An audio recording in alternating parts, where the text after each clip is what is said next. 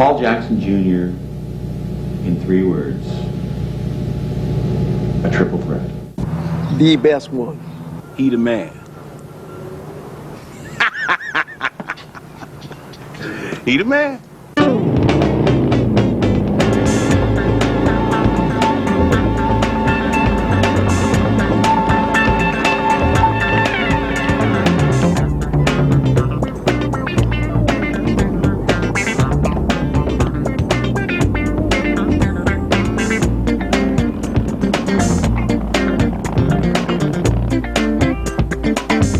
The big day, showing up to the gig. Rhythm guitarist apply here. They have guitar soloists apply too. This is great. Man. Gee, wonder what's wrong with that guy. Oh well. It's my big chance. Rhythm guitarist. Must be some problem. Nobody wants to play rhythm. Everybody's in line to be the soloist. That's kind of strange. Maybe he just doesn't understand. Oh well. Can't get no love. Oh well. Hi, I'm Paul Jackson Jr., and welcome to the science of rhythm guitar. You know, rhythm is so important for today's guitarist, especially when you consider the fact that for every solo taken, there are at least 10 rhythm parts that need to be played. So it is of paramount importance that you become not only a great soloist, but a great rhythm player as well. And in today's curriculum for guitar players, rhythm unfortunately is overlooked too much of the time. But I'm here to fill that void. So get up, pick up your guitar and your manuscript paper, your tuner and your guitar picks, and come with me as we enter the laboratory to study the science of rhythm guitar.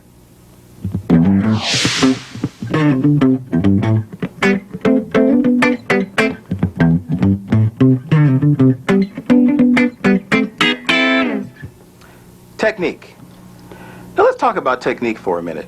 Technique is equally as important with rhythm playing as it is with every other type of guitar playing, be it single string soloing or any type of melodic playing or classical music. So we need to build our technique for good solid rhythm playing as well as for all other types of guitar playing. First thing we should do though is tune up, okay? I'm going to give you my A and you tune your guitar accordingly and we can all be in sync here, okay?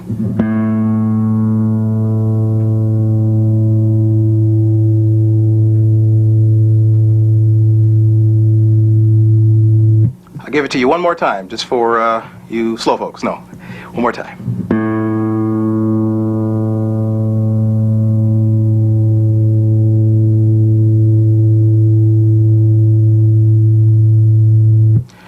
One of the things that I recommend for building good technique is not using strings that are too light. For certain playing situations, you need to use 9s or even 8s. But for building really solid technique, I recommend using at least a 10 or 11. Being like a 10 through 46 set or 11 through like 49 or 52, which is what I'm using on this guitar today. Just for the standpoint of building good hand strength. Also, from the standpoint of picks, I don't recommend using a pick that's too light. If you use a pick that's too light, you can never get the timing really correct between your left hand and your right hand for good rhythm playing. So I always use at least a heavy pick, and I like the triangular shaped ones. You notice this one has my name on it. I use the triangular shaped ones, but the teardrop ones are fine as well. Whatever suits your hand size and your playing style is fine. Okay, so let's talk about actually playing. One of the things I use for timing between the left hand and the right hand is just playing simple 1-octave scales. It's a method that I learned in school called the 3-on-a-string method. And what it is playing 1-octave major scales within a 6-fret range. And I'll play a little of it slowly for you so you can get a feed on actually what it looks like.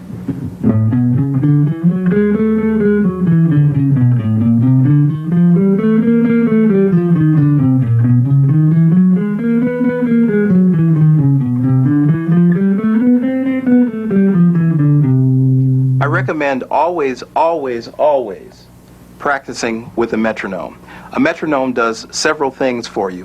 One of the things that it does, it forces you to play in time. If you're playing along with your metronome at any tempo and you realize that you're not with it, that means that you're either rushing or you're lagging behind.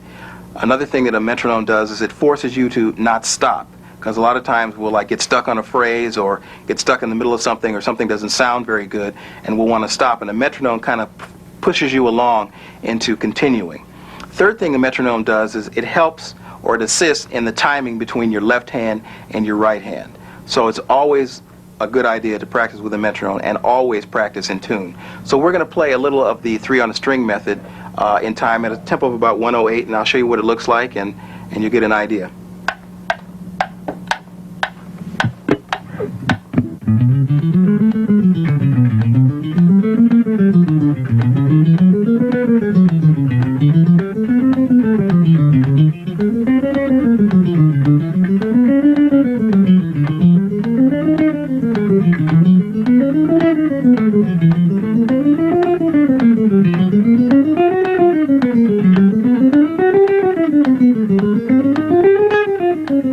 Another thing that's very good to practice is what I call the first fret hand buster.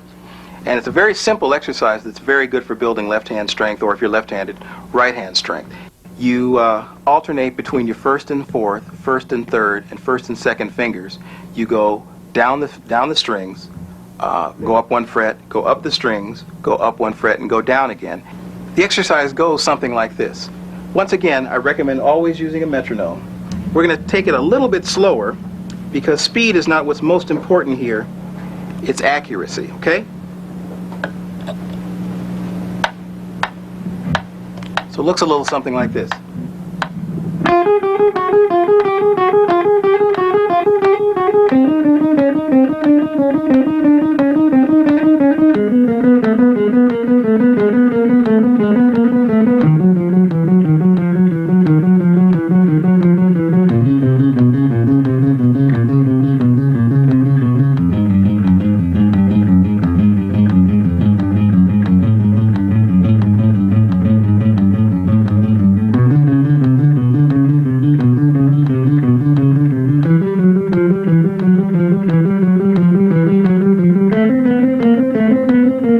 Another technique that's very, very important in good solid rhythm playing is muting.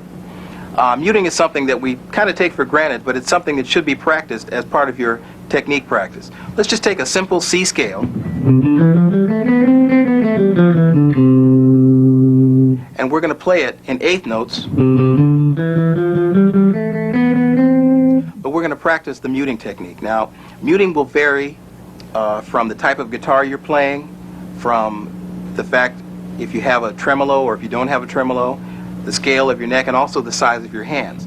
What you want to do is place the outside of your palm right in front of your bridge, being careful not to push the guitar out of tune, especially if you have a tremolo, and not to choke the sound too much. What you want to practice or listen for is the right tone. The first thing we're going to practice is up and down strokes. So I'm going to take the outside of my palm, put it right in front of the bridge, and go up and down, and we're going to play that C scale.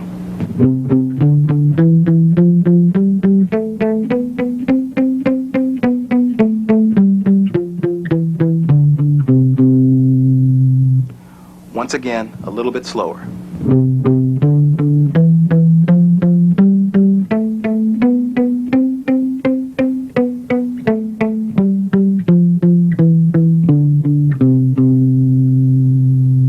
Okay, now we're going to try that same C scale with only downstrokes.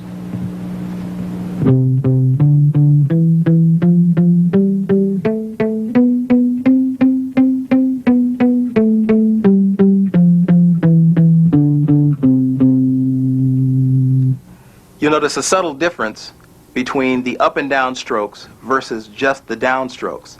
And it's these subtleties that will personalize your own rhythm playing. And you should not only practice just single strings or just single notes by themselves, practice a few intervals. Practice, you know, like fifths, for instance, like the old rock and roll kind of thing.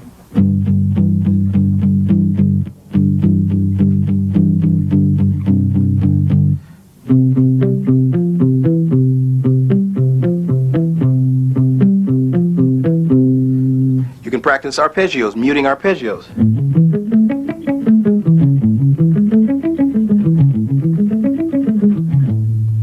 Okay? You can practice intervals like thirds. Thirds are very good to practice muted.